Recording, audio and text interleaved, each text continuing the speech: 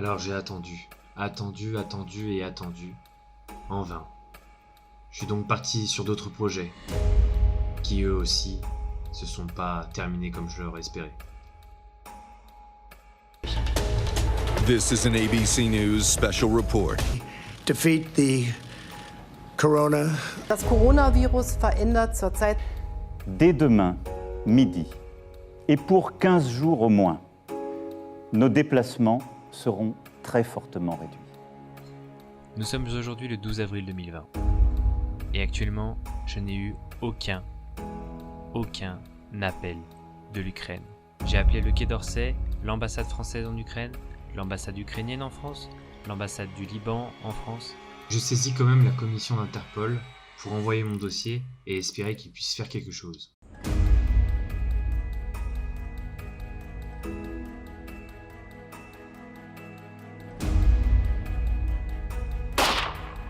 J'ai reçu une réponse d'Interpol qui me donne tous les documents pour pouvoir récupérer ma moto. Et cette situation avec la Russie, eh ben, ça sent la merde. Donc pas le temps, faut que j'y aille. Après 2 ans, je pars chercher mon billet en Ukraine. 5 vaccins. J'ai ajusté le sanitaire, j'ai aussi le PCR. Ça paraît super compliqué. Et je vais aller parce que j'ai un copain. Bah ça y est, hein. On va chercher le DR. La petite chapka pour passer incognito en Ukraine. Gros cliché. Et puis bah on va le faire, hein. Ça fait 1 mois qu'il a pris son billet. Et genre moi je prends un billet genre 3 jours avant et je suis dans le même avion que lui. Genre incroyable mais vrai. Donc PCR négatif. Moi je suis déter. J'espère juste que ça va passer. Donc t'es pas vacciné, tu peux pas rester plus de 72 heures sur le territoire. Et du coup je sais pas s'il va falloir que je justifie le fait que je reste moins de 72 heures sur le territoire. Et du coup bah comment le justifier? S'il faut un billet d'avion, un billet de train, enfin un truc pour dire que je sors de la pays quoi. Ou alors j'ai un forfait 72 et genre c'est comme le parking souterrain, tu vois, genre tu dépasses, tu payes. Je sais pas, on va voir. Surprise. Donc je vous résume la situation. Nous sommes fin décembre, donc le début de l'hiver. Tonton Poutine et les autres dirigeants du monde préparent la 3ème guerre mondiale, et moi je m'apprête à faire 3000 km dans l'Europe de l'Est, traverser en tout 7 frontières sans vaccin, et tout ça sur une Braille qui n'a pas tourné depuis 2 ans, et qui est dans je ne sais quel état. Bon visionnage. Tu penses que je vais la récupérer? Non, ma virginité. C'est pas moi qui décide. Hein. C'est pas faux. On va voir. Hein.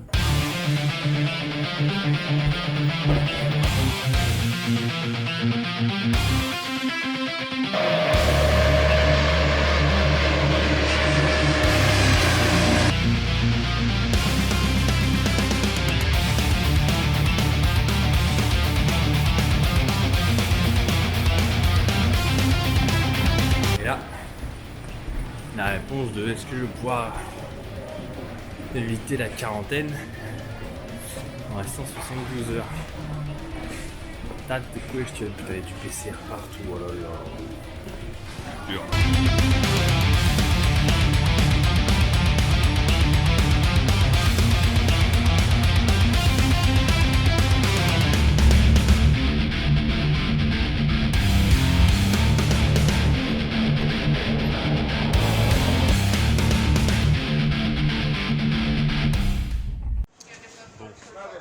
Là du coup je viens d'arriver à Galate. Maintenant le but du jeu ça va être de trouver un moyen pour aller en Ukraine. Donc par 2 moyens, soit par la frontière moldave, donc par Rémy, par là où je me suis fait confisquer la moto.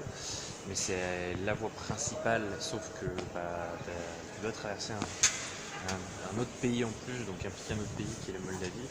Ou alors passer par une frontière que j'avais pas vue avant, donc la Igdache, et qui nécessite du coup le taxi pour aller jusqu'à là-bas. C'est assez cher quand même. Et ensuite il va falloir prendre le bateau en mode piéton et trouver un mec qui me prenne en autostop jusqu'à la ville où est ma moto, c'est-à-dire à 20 km de la frontière. Voilà. Il fait pas si froid que ça. En vrai, je suis refait, il fait beau. Je touche du bois, ça pourrait être vachement pire. Bon, ça y est, je suis dans un taxi.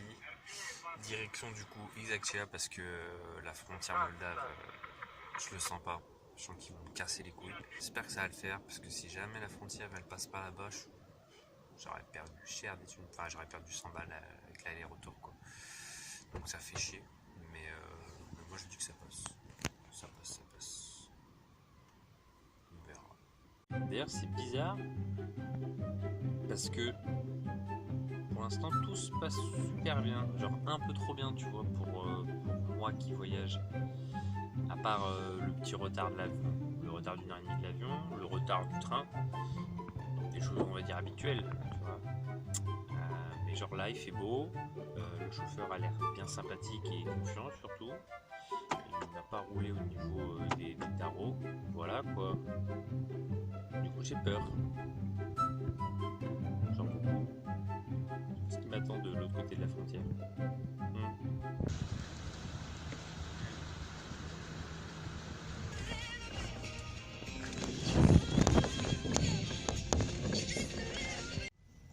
Ce qui est rassurant, c'est qu'ils salent les routes. Bon.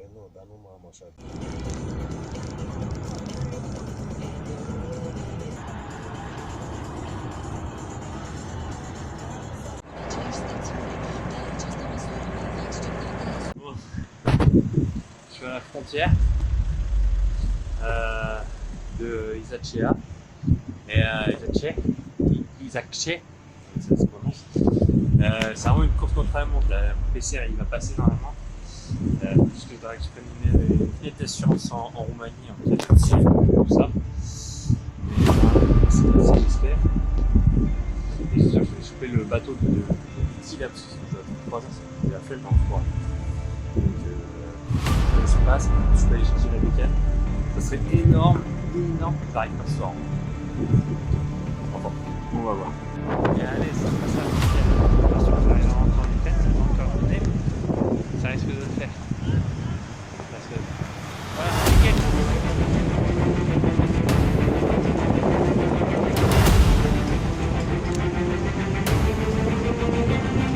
Là, c'est le Danube. Et en face, c'est l'Ukraine. Voilà, il fait froid.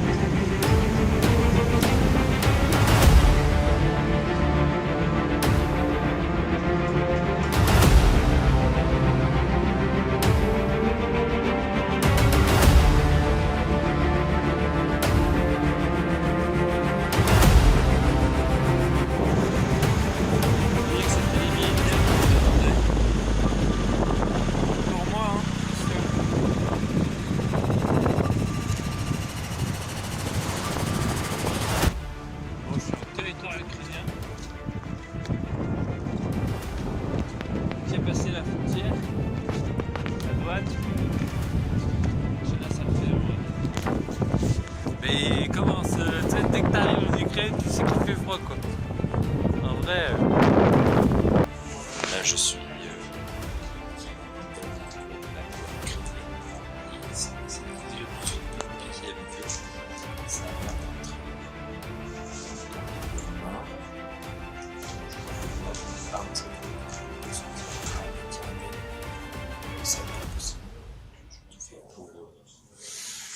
pour qu'il laisse partir. Et ben me voilà rentré en Ukraine et j'étais pris en stop. Me voilà. C'est parti. On va chercher cette moto. Putain, c'était compliqué. Ils ont eu un coup de backchiche, mais bon, moi je suis rentré. De toute façon, j'avais pas trop de choix parce que l'application ne marchait pas. Je prends une appli là pour la voir quand même. Je peux pas me faire carotte pour retour.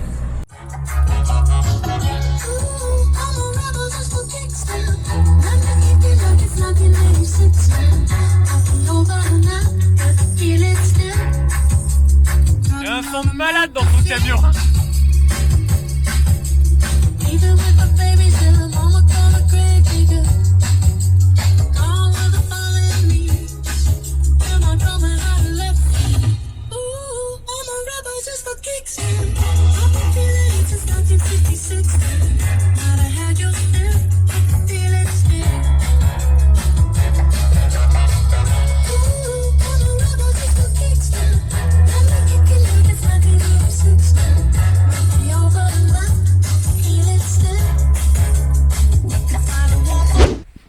comment j'ai pu passer la douane ukrainienne?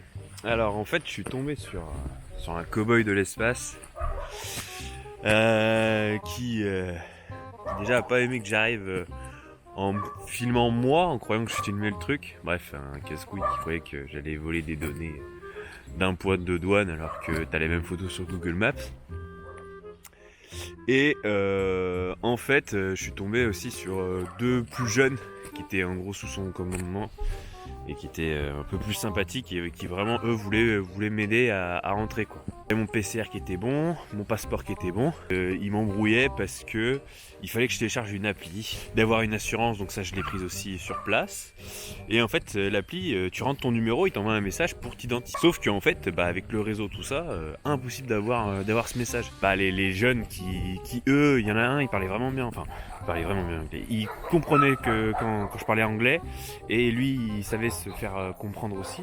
Donc c'était grave sympathique, puis t'es bien sympa.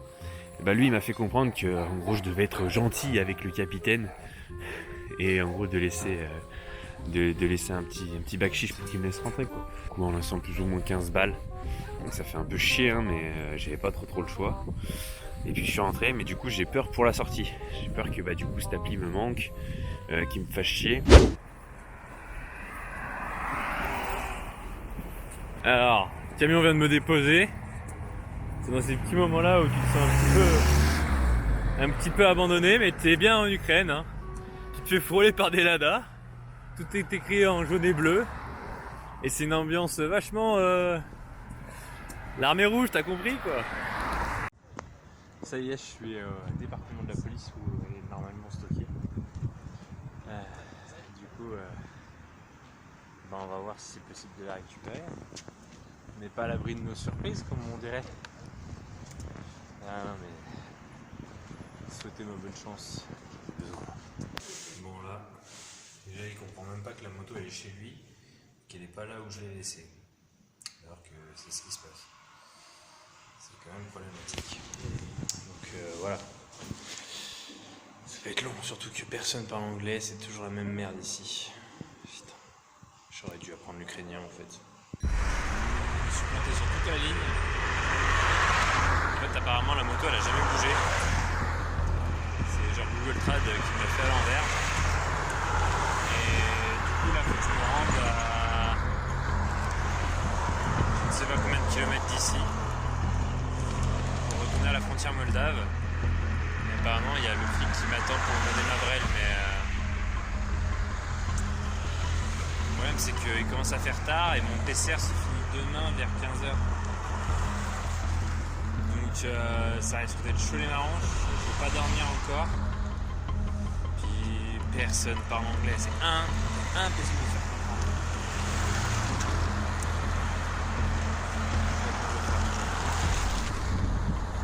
Je sais pas comment je vais faire.